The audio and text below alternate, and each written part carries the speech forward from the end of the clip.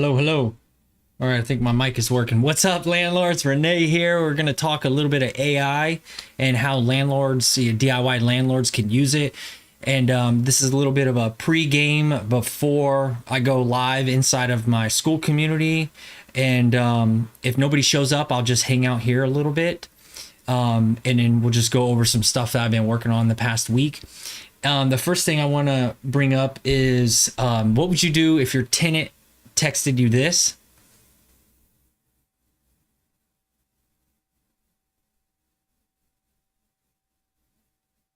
So just think about it a little bit, look at the text, and I guess like consider what you would do.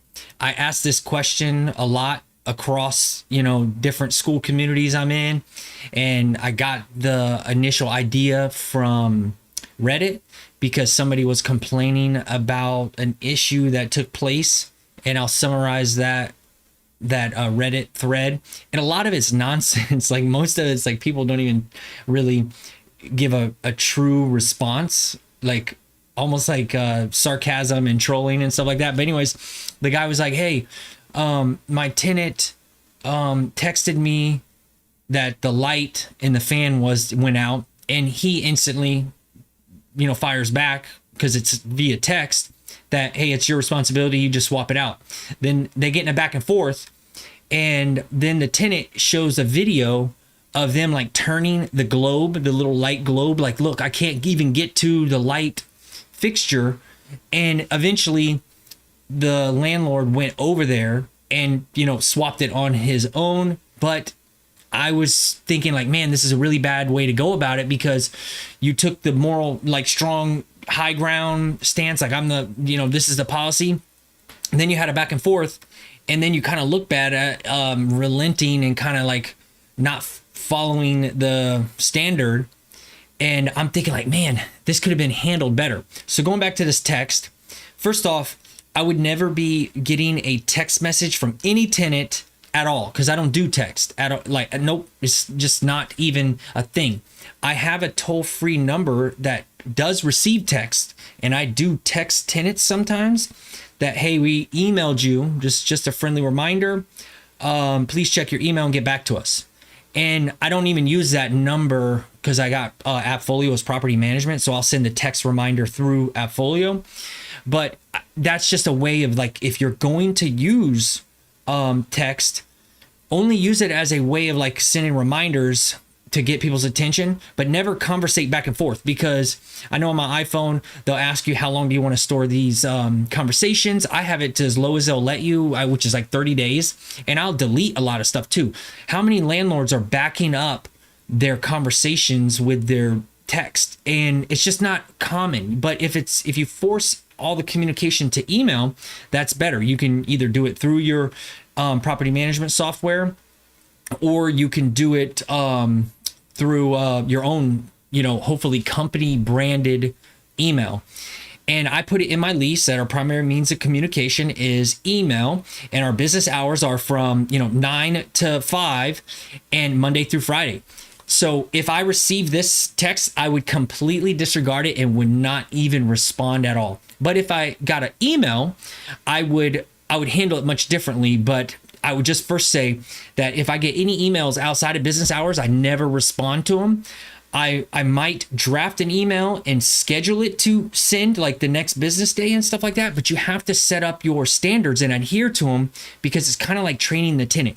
If I'm saying one thing and then later I'm changing my mind and doing something different, especially if you have different tenants and different properties, you don't want to get caught discriminating or showing favoritism. Hey, how come you did this over here and you didn't do it over there? So it's same thing with screening tenants. A lot of times people are like asking all these questions. What about this and that? Would this be a good tenant? And they're trying to qualify an unqualified applicant. They should easily be like, hey, here's my standards. Nope. Next, just go to the next one. But you start thinking like, oh, I kind of need somebody, and this in this situation, and you're trying to bend your rules, and you got to break that habit. It's really important that you do that. So back to this text message. If it was before I go to that, let me switch back to the AI thing, because hold on, what time is it? I got 5 minutes. All right. So I'm I went to Grok and I'm trying to add some credits, and I got an XAI account, and I'm learning about this, and we'll see what happens. But I'm going to build a training kind of data set knowledge base to be able to make my own like AI agent, but I need to kind of train it, and you can't really train Grok right now. And everybody's doing Chat GPT, and I always like to do stuff different. So I'm like, I'm going to go this way and try something different. So I got a lot to learn, but you know, I'm committed to landlording forever. And this is the kind of stuff that you will do. That's what I mean by forever difference. When you commit to something forever, you're really in it, and you're going, the difference is your amount of effort in what you do, your decision making, your follow through, no cutting corners, and you try really hard and all that stuff. So that's my 4 Delta motto. But anyways, if I fail, I fail, but I'm trying, and you'll see the benefits that's coming from this. So if you ask AI, hey, who's responsible for light bulbs? They're going to give you a generic answer. And I've already documented this.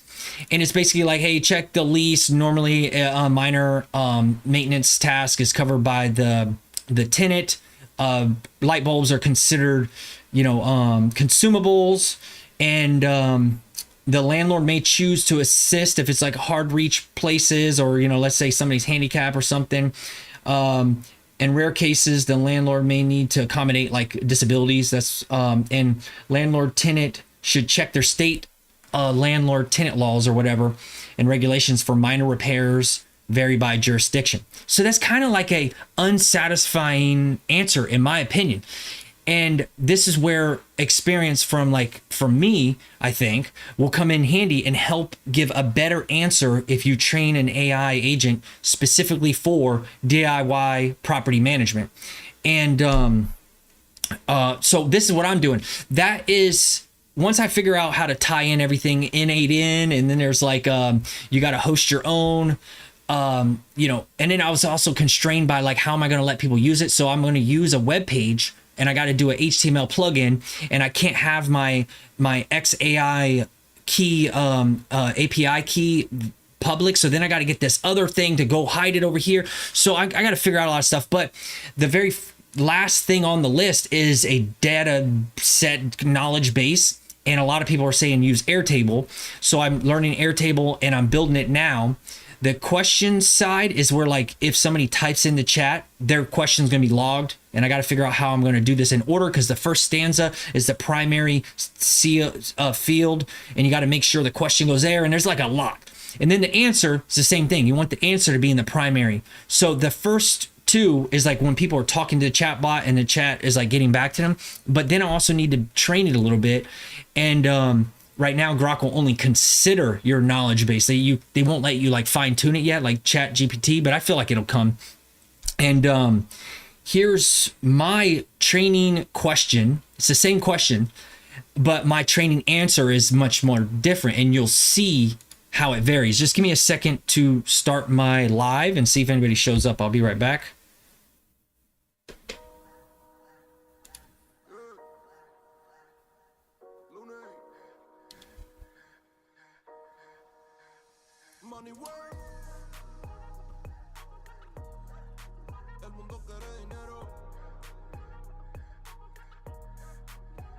Recording in progress.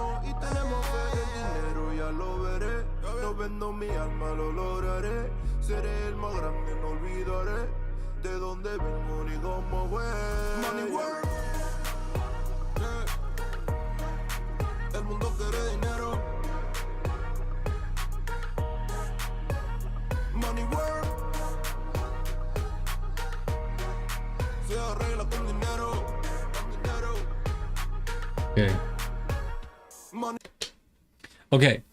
All right.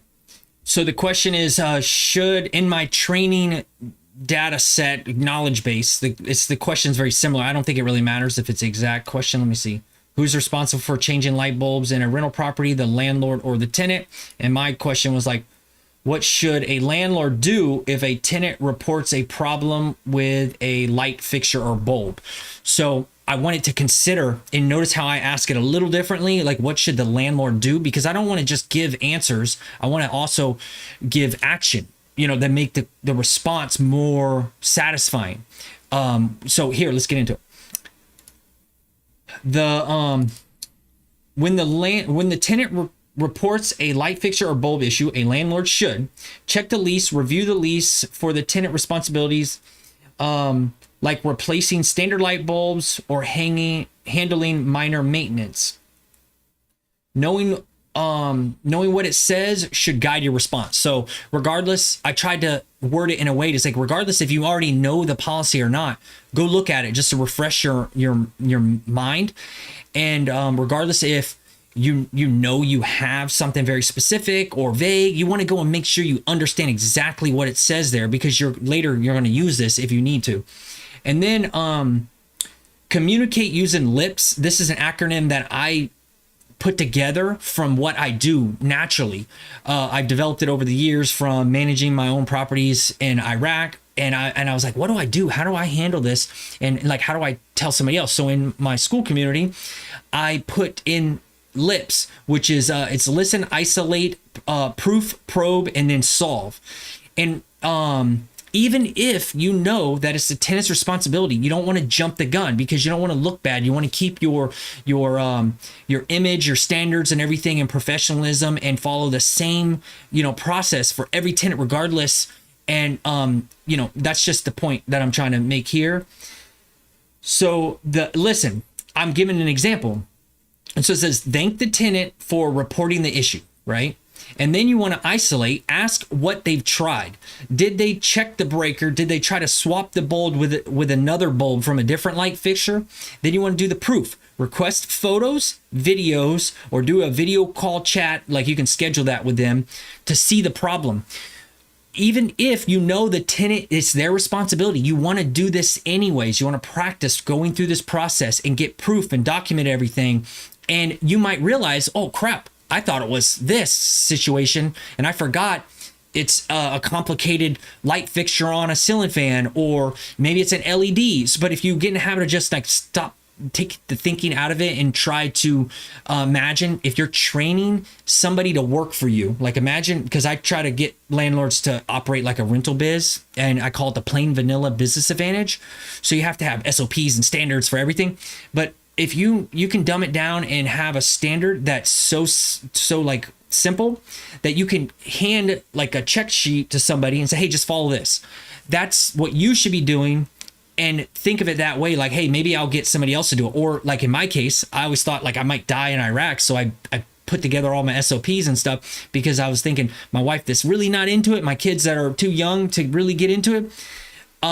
I don't want to give them problems like rental properties and stuff would all this stuff that's in my head. I want to give them solutions and make everything simple. So I went out of my way to try to make it my whole rental biz super simple.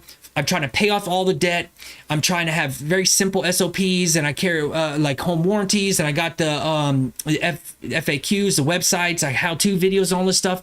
So I'm trying to make it so simple. And that's what ultimately led me to do the school community as well, because I'm like, hey, I love this stuff. I want to get better. I'd like other people interested in this to get in there. And then, people learning, and you're trying to explain it again and help them, makes me, understand it and get better. So back to that proof, regardless, don't jump the gun, get the proof, go through the steps.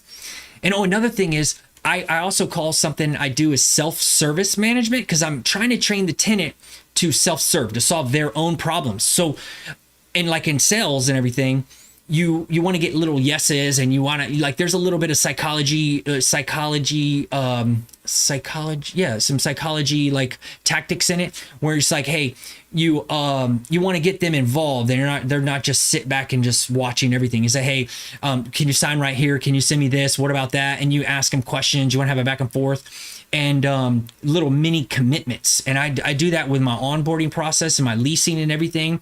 Like, I'll give you a quick example, like having them sign in. And then also when I send them when they request to see the place, I send them a pre-leasing app that they have to complete. And when they complete it and I do schedule a group tour with everybody, I send an email and I have them confirm. I say, please respond, confirm that that you'll be there or something like that, because now I got them committing to it. They wrote confirm.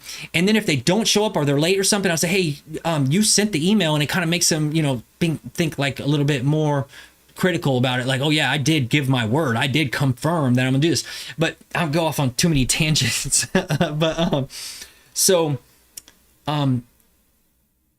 That's why you want to do the proof, regardless if you can just quickly be like, hey, you're responsible. No, get them involved, because you want to kind of train them to do stuff on their own, and they get that ownership of when they're invested in something and they're figuring stuff out and they're learning. And I also look at it as like a lot of tenants buy houses eventually. So they're learning this stuff, whether they like it or not. It's going to benefit them when they get their own house and they have to do it themselves. So the next P would be probe. Ask if anything was damaged or misused.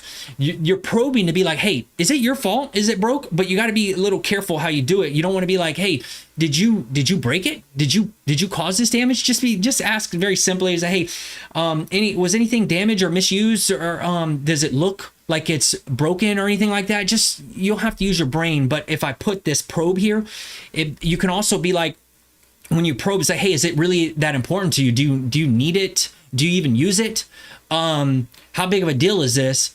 And that's like you're getting to the root cause. Like when you're trying to sell to somebody and they're like, oh no, I need to think about it. It's like, well, what do you need to think about? You're actually probing. You got to get a little bit deeper, and you don't just like gloss over. It's like, if you need some time to think about it, let's just sort it out right now, so you don't have to have that on your conscience, and let's just get to it and solve it now. He's like, you can also be like, I got time. Where do you got to go? And you just kind of like really get to the point. And that's also like physical trainers and in the military and stuff, and you got buddies, you're like, hey, you don't let people slack, you get up, come on, let's do this.